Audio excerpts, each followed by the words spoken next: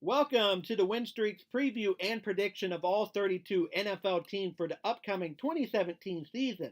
Over the next few weeks, I will be covering all 32 teams, so please subscribe to YouTube or the podcast platform you're listening on so you don't miss an episode. My name is Corey Foister. You can follow me on Twitter and Instagram at Corey Foister. Follow the show on social media, that is Twitter at Winstreak News, Facebook.com/TheWinstreak, TheWinstreak.com. Leave a review and subscribe on the podcast platform you're listening on. Subscribe to our YouTube channel, Soaring Jets Production. If you're listening on YouTube right now, drop me a comment below and let me know what you think the G-Men are going to do this year. Contact us at soaringjetsproductions@gmail.com. Join our fantasy football league. You can find out more information about that on our Facebook page or on thewinstreak.com. Top 10 Super Bowl matchups we want to see is now up. And if you've never listened to an episode of the Win Streak before, me and my co-host Brandon Myers, we have a blast. We talk everything. We talk football, baseball, basketball, hockey, soccer, college sports. We just have a blast on the show. We enjoy doing it. We read listeners' questions and mail.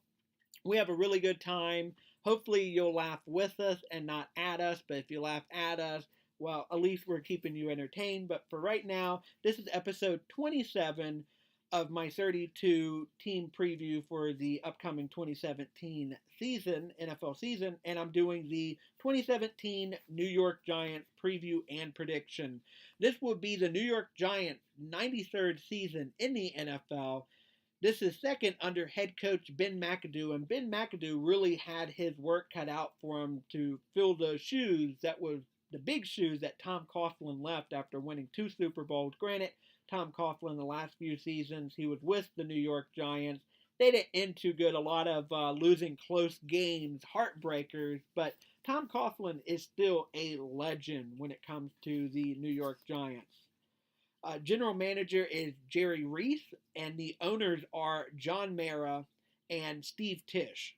Giants finished 2016 regular season with a 11-5 record, good for second in the NFC East.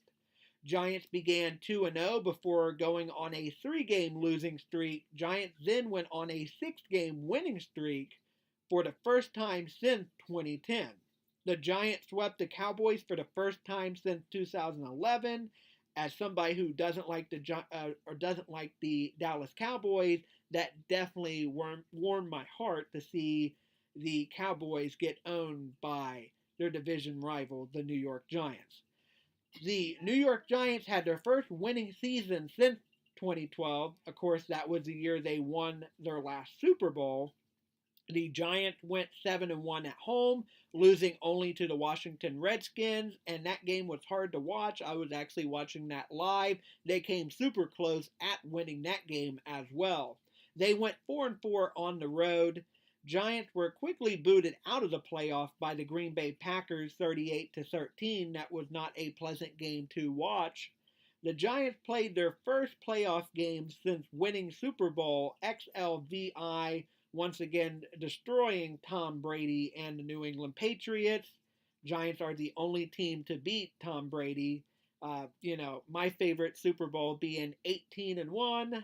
The Giants stomped out the New England Patriots. Perfect season. Giants and the Jets, only NFL team to share a stadium together, MetLife Stadium. I've been to MetLife Stadium before. It's really huge. If you're driving down New Jersey, it just looks like a big UFO just landed in the middle of nowhere in New Jersey. A really cool, nice stadium. I dig how, go on YouTube right now and check how they changed the stadium for Jets game to Giants game. It's pretty cool to see. The Rams and the Chargers will soon be the other team that shares a stadium when the Los Angeles Stadium opens up in, I believe, 2019 or 2020. The team ranks third among all NFL franchises with 8 NFL titles, 4 NFL championships in 1927, 1934, 1938, and 1956.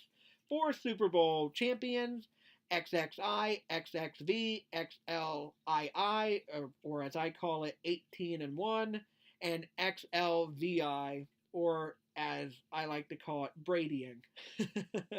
As you could tell, I'm not a New England Patriot fan, and as a Jets fan, I have a soft spot for the Giants for what they did to Tom Brady. Only team, like I said, to beat Tom Brady, did so twice. Giants ruined the Patriots' perfect season in the Super Bowl. That's always worth saying twice. Giants have 28 Hall of Fame players, including NFL MVP award winners Mel Hein, Frank Gifford, YA Title, and Lawrence Taylor, the great Lawrence Taylor, my favorite New York Giants player.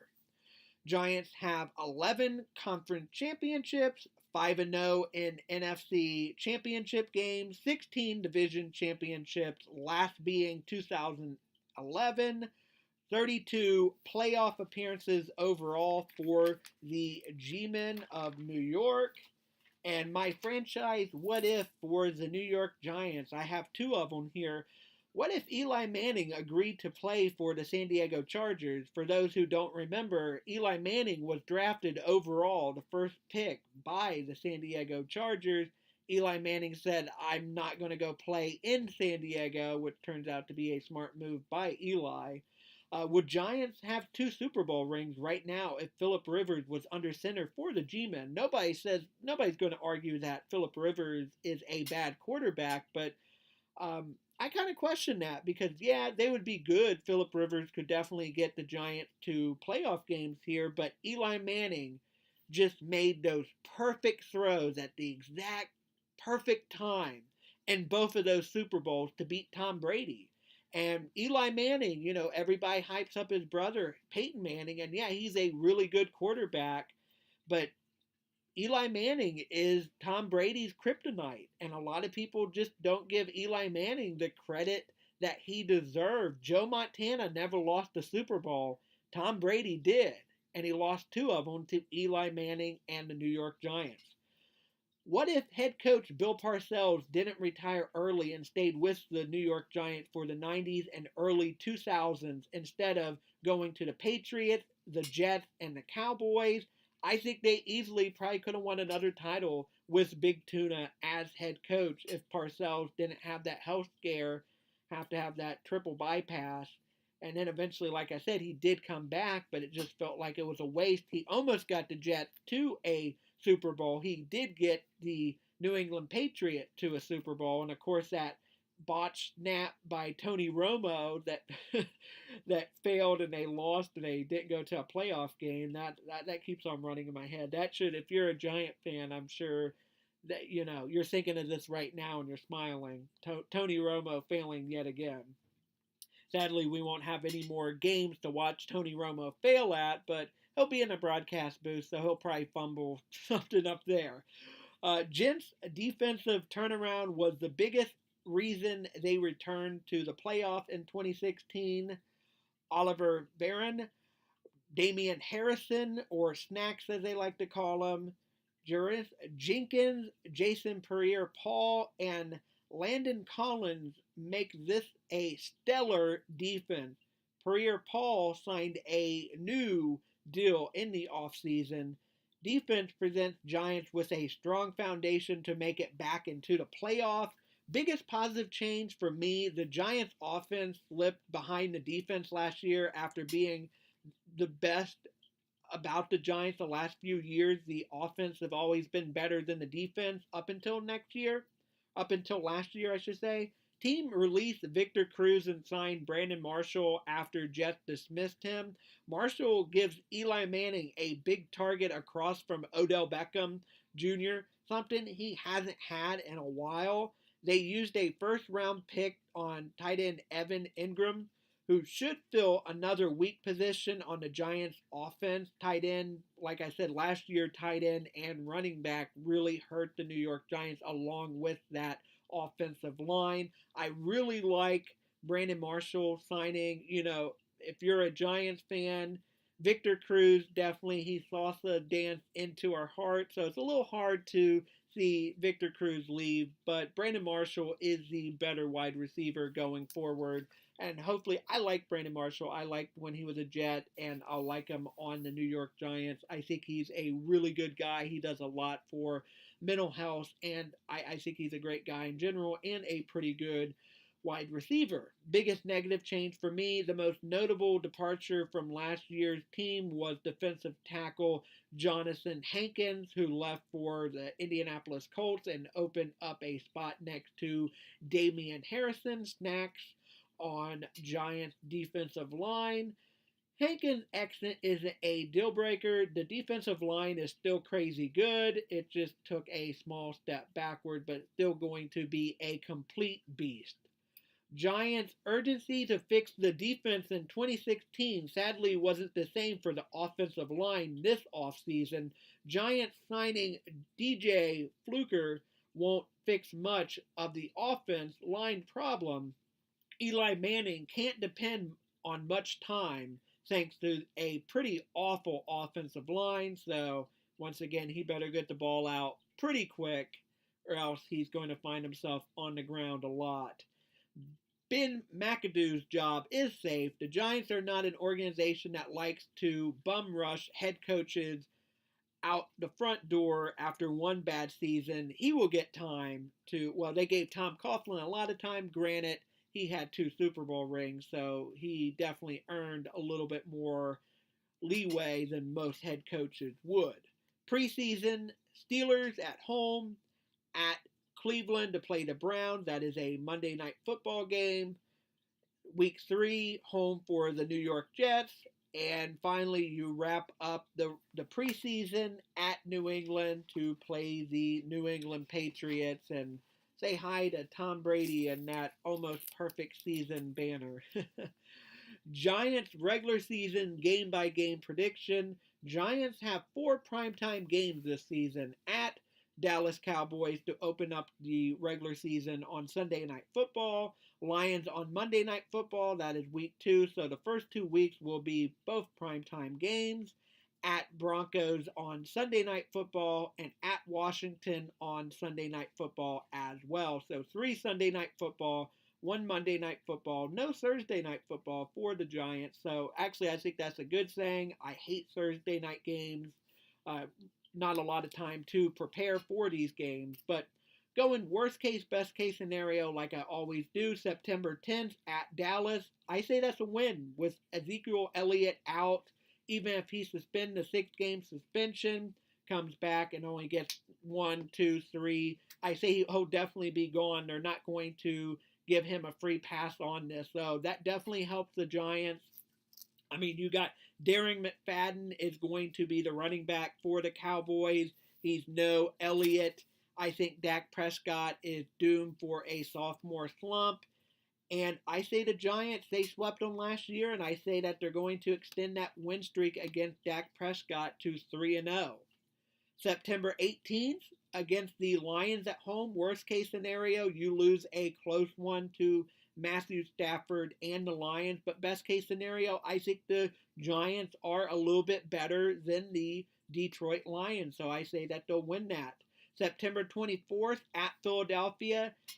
The Giants lose that game, and I'll tell you why. The Giants just cannot play in Philadelphia. Philadelphia is a hard place for the Giants to play at.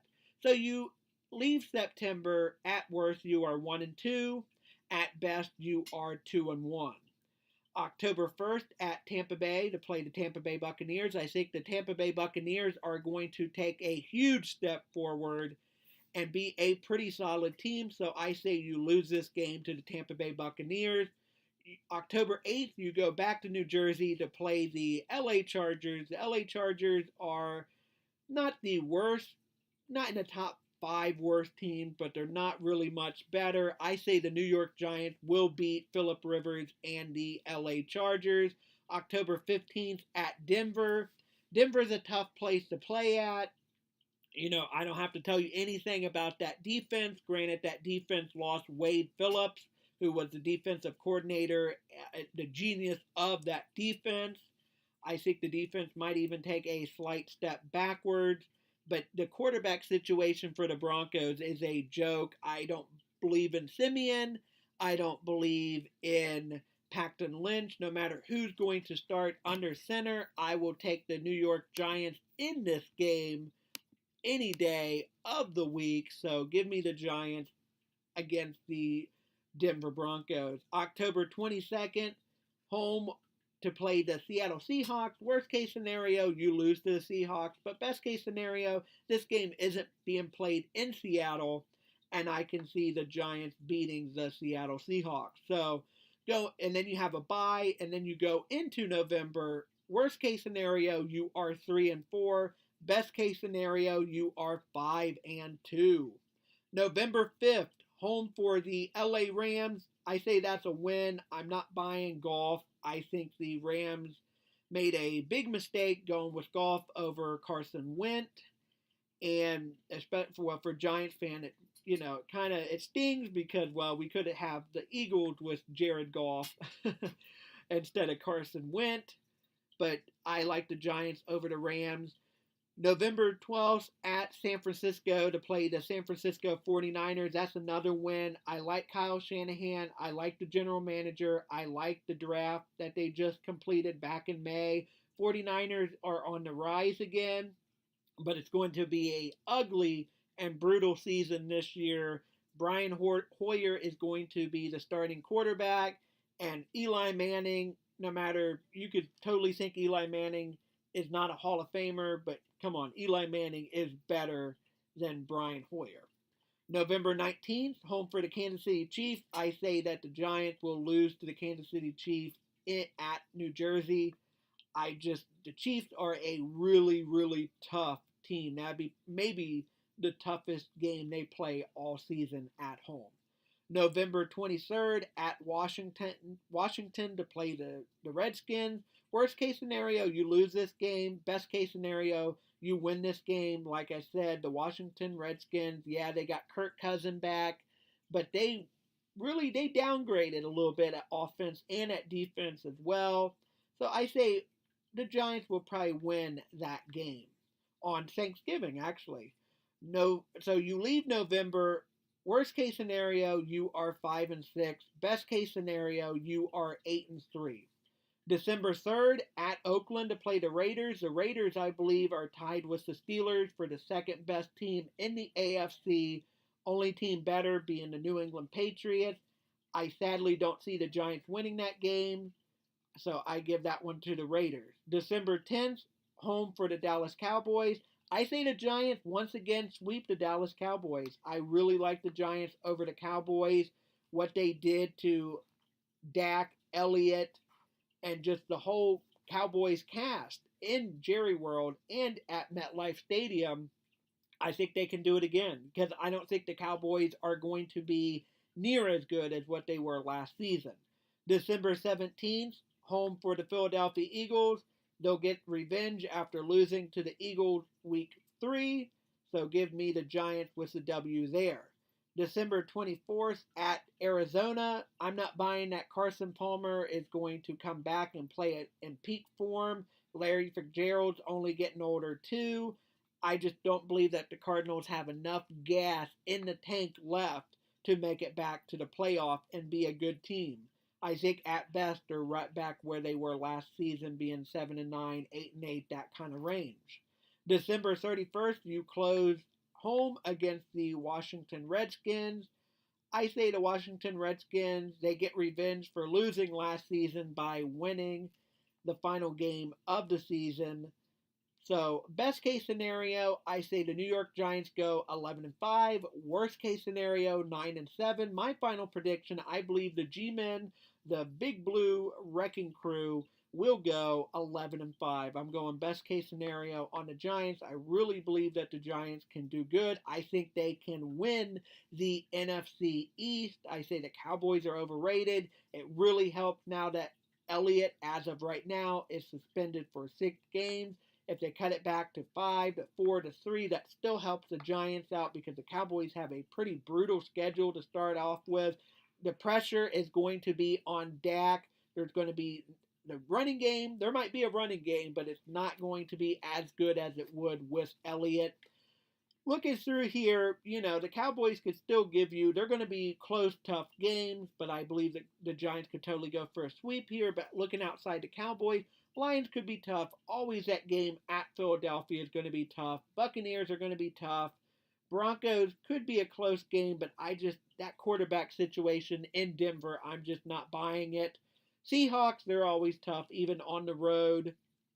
Uh, like I said, the Rams, 49ers are going to be really easy. The Chiefs are going to be super hard, and the Raiders are going to be super hard. But like I said, the Chargers are going to be, I think, easy. Broncos, the Rams, the 49ers. You get the Seahawks in New Jersey over having to go all the way to Seattle, get the Redskins twice, and you get the Cowboys. The Cardinals, I just don't think they're going to bounce back and be any good. But once again, my name is Corey Foister.